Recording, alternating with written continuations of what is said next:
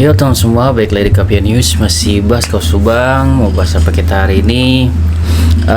Ya gue pastiin ya teman-teman, walaupun sekarang lagi marak-maraknya dan gue memberitakan tentang kasus Agus ya, yang menuntut Tenopi. Gue masih terus yakin ya kalau kaos Subang ini nggak akan tenggelam kok teman-teman, dan gue akan terus menyuarakan untuk kaos Subang ini sampai akhir, sampai selesai gitu kan ya. Di sini ya mungkin gue akan beri judul bahwasanya untuk Pak Yosep ini dalam keadaan bahaya ya, kalau menurut gue pribadi. Kenapa kayak gitu?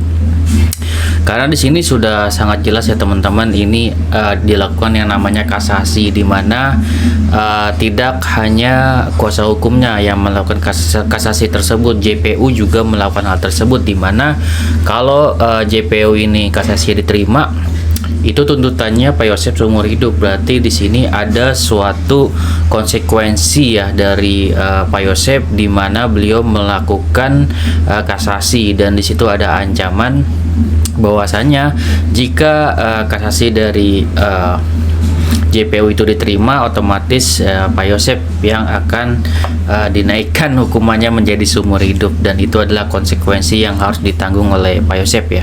Oke, di sini ada berita kemarin sebenarnya dari Tribun, cuman gue baru bisa sampai sekarang juga. Mungkin ada teman-teman yang udah tahu, ada yang juga yang belum, mungkin kebanyakan belum ya, karena mungkin jarang juga yang melihat Tribun ya. Di sini ada informasi ya, kita baca ya. Kabar terbaru, Yosep Hidayah kasus Subang, pengacara desak MA jalankan fungsi koreksi hukum. Jadi Bu Sil ini mendesak Mahkamah Agung ya untuk menjalankan fungsi koreksi hukum gitu. Karena mungkin agar cepat gitu ya. Di sini benar-benar diperiksa, mungkin maunya seperti itu gitu kan ya. Nanti kita juga akan lihat di sini ya, dari berita ini apa sih yang ditekankan Bu Sil di kasasi gitu. Kita simak ya teman-teman. Di sini ada oke, kita bacakan ya teman-teman. Kasus pembunuhan ibu dan anak di Subang memasuki babak baru. Kuasa hukum Yosep Hidayah, terpidana 20 tahun penjara di kasus Subang itu, mengajukan kasasi ke Mahkamah Agung.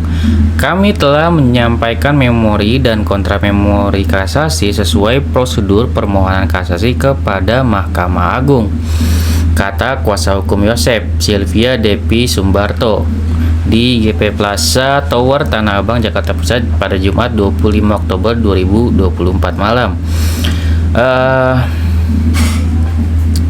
Sylvia juga mendesak agar MA menjalankan fungsi koreksi hukum yang tidak hanya berfokus pada pembuktian formal, tetapi juga keadilan substansial bagi terdakwa.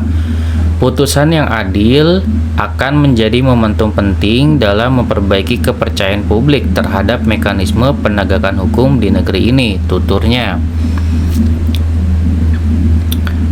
Vonis Yosep dijatuhkan pada sidang tingkat pertama di Pengadilan Negeri Subang dan diperkuat oleh Pengadilan Tinggi Bandung. Ia terbukti melakukan pembunuhan berencana.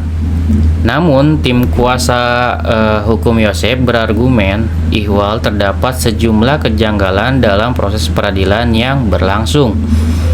Di antaranya, tim hukum Yosep menyebutkan bahwa bukti yang diajukan Jaksa Penuntut Umum atau JPU, seperti keterangan saksi utama Muhammad Ramdhanu, tidak didukung bukti fisik lainnya seperti rekaman CCTV yang hilang gitu. Jadi ini didesak ya untuk Mahkamah Agung untuk berbuat seadil-adilnya gitu oleh pengacara Pak Yosep atau Bu Sylvia gitu. Dengan alasan apa? Ya alasannya ini ya, yang pertama itu Bu Sylvia mendesak agar MA menjalankan fungsi koreksi hukum yang tidak hanya berfokus pada pembuktian formal gitu ya, pembuktian formal, tapi juga keadilan substansial bagi terdakwa. Mungkin tidak hanya formal, mungkin kalau yang formal itu ya sudah sangat jelas gitu ya, saksi ahli, saksi kunci segala macam, mungkin mempertimbangkan hal-hal lainnya yang substansial gitu ya, dari misalkan dari pribadi Pak Yosep gitu. Jadi tidak hanya melihat yang di atas kertas gitu, karena kalau di atas kertas itu memang sudah sangat jelas ya, Pak Yosep bersalah gitu. Makanya di sini Bu Sylvia mengharapkan untuk Mahkamah Agung mempertimbangkan juga gitu substansialnya gitu ya. Di luar itu Pak Yosep dipertimbangkan coba gitu kan, seperti itu ya. Jadi untuk mempertimbangkan banget nih MA gitu. Terus dan juga semoga apa di sini dilanjutkan putusan yang adil, semoga ada putusan yang adil gitu, berharapnya akan menjadi momentum yang penting gitu. Jadi seolah ini bisa menjadi momentum gitu, membebaskan Pak Yosep akan menjadi momentum gitu, bahwasanya apa, mekanisme penegakan hukum di negeri ini yaitu diperbaiki gitu, atau kepercayaan gitu.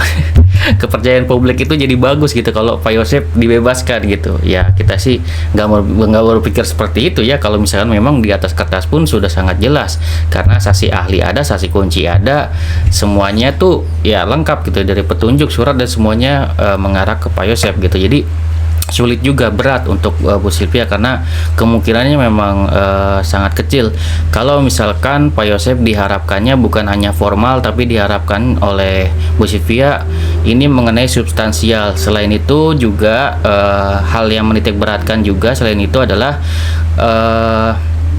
ini tim kuasa hukum saya menyebutkan bahwa bukti ya yang diajukan jaksa penuntut umum seperti keterangan saksi utama yang berandu tidak didukung bukti fisik lain seperti rekaman CCTV yang hilang, yaitu CCTV Angger. Di media kan di pers konferensi kemarin kan Bu Sylvia juga sudah menjelaskan bahwasanya itu kan CCTV-nya hilang dan dinyatakan bahwasanya Angger berbohong, Bu Cici berbohong, kan seperti itu gitu. Namun di sini kan diperkuatnya dengan apa? Nanti kan MA akan bertanya-tanya gitu kan ya. Kenapa nih CCTV hilang? Ya tentunya dari JPU juga bisa menjelaskan ini karena ada yang namanya OOJ Pak, obstruction of justice. Buktinya apa? Buktinya sudah ada Pak. Ini salah satunya dari obstruction of justice sudah ditersangkakan Pak. Siapa namanya? Taryono Pak gitu. Nanti kedepannya ini lagi sedang pemeriksaan berlanjut, tentunya nanti akan ada yang ditersangkakan lainnya dari OOJ, sedang ada pemeriksaan gitu. Oh berarti ini benar-benar ada permainan gitu ya dari oknum. Iya Pak gitu.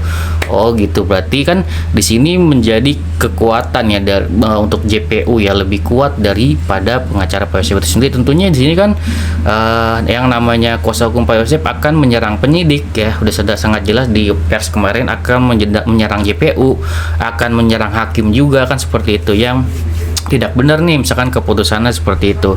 JPU juga menuntutnya tidak benar, misalkan penyidik juga nggak benar, nanti akan dituntut juga misalkan seperti itu. Masalah apalagi ada pemukulan Abi Ari kan seperti itu ya. Jadi memang di sini perjuangan Bu Sil ya, kalau gue sih hargai aja ya teman-teman, itu adalah profesi beliau. Namun kalau di sini kan kita melihat fakta persidangan yang sudah terjadi, dan memang di atas kertas sudah sangat kuat bahwasanya ya Pak Yosep adalah pelakunya, dan itu sudah ingkrah juga.